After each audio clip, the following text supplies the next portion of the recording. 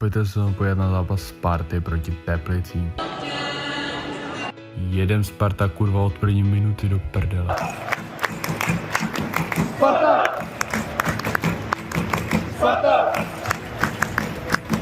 Sparta! Sparta! Tady si fanoušci Teplic připravili choreo.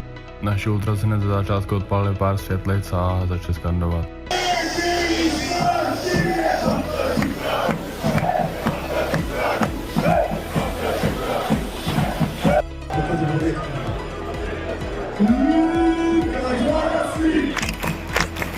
Lukáš Haraslík!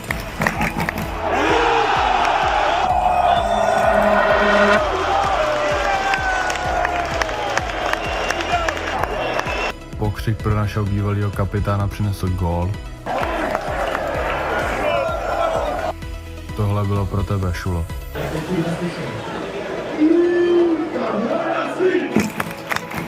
Lukáš Haraslík! Lukáš Haraslík! Lukáš Haraslík!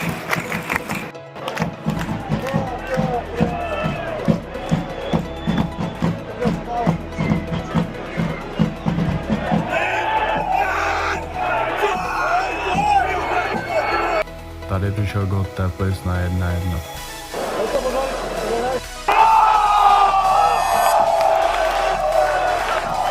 Gól na 2-1 dával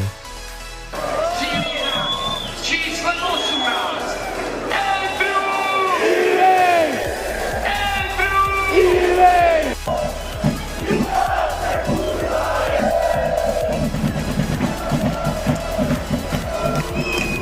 Lehký to úplně vrásaký nebude a tady jsme mu dali solidně sežrat. Další góly popřidal Sílí hráč číslo 7. Josina! Altose! Josina! Altose!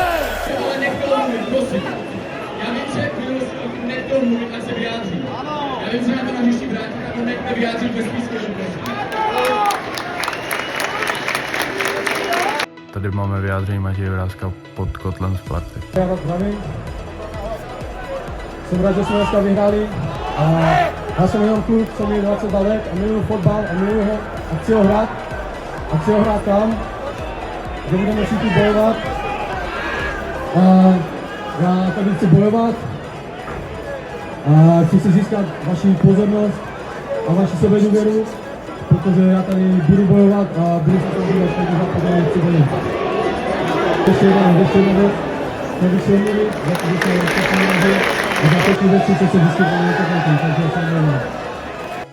Důležitá výhra, důležitý 3 body, děkuji za to, že jste dokoukali sem a vidíme se u dalších vlogů. Čau.